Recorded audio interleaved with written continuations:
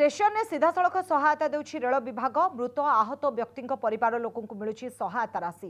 दक्षिण पूर्व रेलपथर वरिष्ठ अधिकारी मानकु नै गोटे टीम बांटुछि सहायता। परिचय पत्र देखै सहायता पाउछथि मृत आहत व्यक्ति परिवार वर्ग।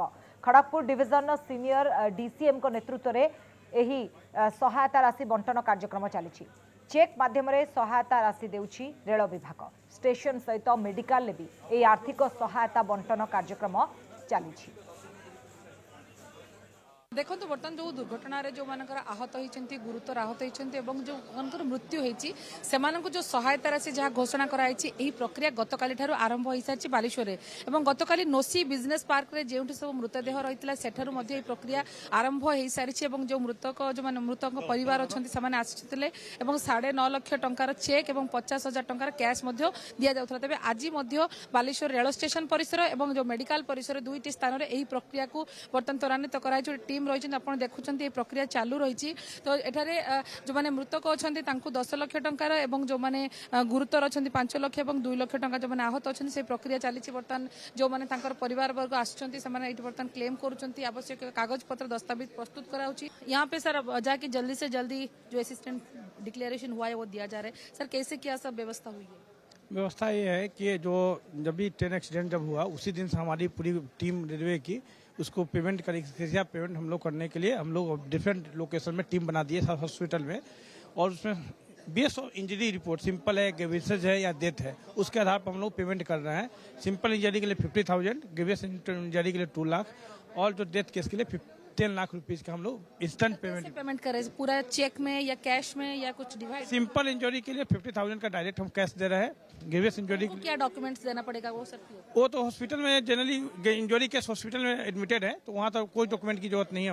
वहाँ डायरेक्ट वहाँ पेमेंट हो रहा है। डेथ केस में चूंकि वो व्यक्ति का डेथ हो गया उनके रिलेटिव जो है वो उनको प्रोड्यूस करना पड़ता है या उनका रिलेशन में फादर है, मदर है, वाइफ है, हस्बैंड है, वो उनके साथ रिलेशन क्या है, आधार कार्ड, राशन कार्ड या अदर गवर्नमेंट डॉक्यूमेंट्स के थ्रू पर उसका रिलेशन प्रस्तुत करने पर हम लोग उसको तुरंत उसको देते हैं। और डेथ अगर केस है तो हॉस्पिटल डिस्चार्ज रिपोर्ट है, पुलिस का अपना रिपोर्ट है, उस बेस पर हम लोग डिस्चार्ज करते हैं। अभी जो हम लोग अभी तुरंत अभी देखिए हम एक लोगों को भी हम अभी देंगे।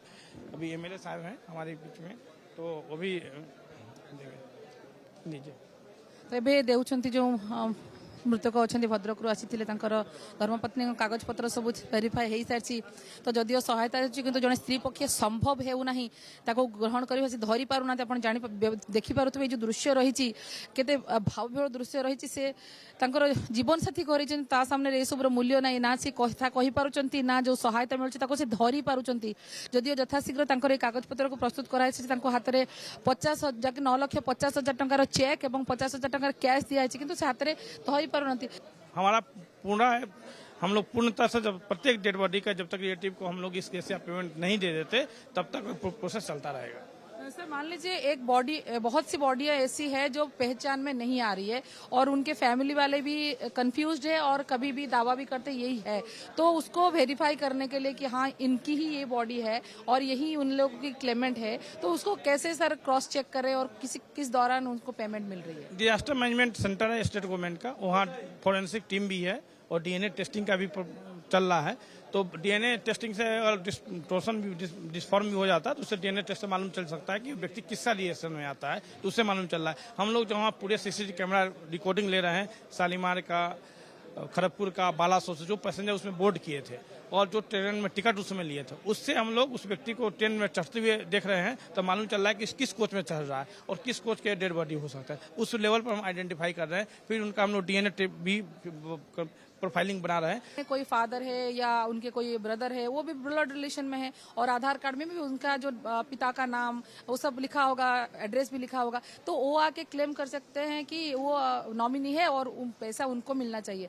पर जब उनकी वाइफ घर में, आप लोग कैसे पता चलेगा कि एक्चुअली जो उनकी नॉमिनी कौन है, उनको किनको पैसा मिलने चाहिए, वो डिसाइड कौन? एक्चुअली हम लोग प्रायोरिटी देते हैं कि हस्बैंड है तो उनकी वाइफ को भी मिले, वाइफ अगर उपलब्ध नहीं है तो फादर हो या मदर हो, हम लोग इस पर कोशिश करते हैं। अदर इसमें से कोई भी नहीं है तो इस केस को हम लोग बोलते हैं कि आप लोग घर में जाइए, हमारी टीम जाएगी आपके घर में ही पेमेंट करके आएगी। उनकी वाइफ को पेमेंट, और फादर हो जाए तो फादर को टू फंड पेमेंट कर देते हैं, मदर आ जाए तो उसको तो डायरेक्ट पेमेंट कर देते हैं। इसके अलावा हम लोग पेमेंट करने के लिए जो चूंकि नहीं आ पा रही है तो हम लोग उसके घर पर पहुंचेंगे और उसके घर में जाकर पेमेंट करेंगे।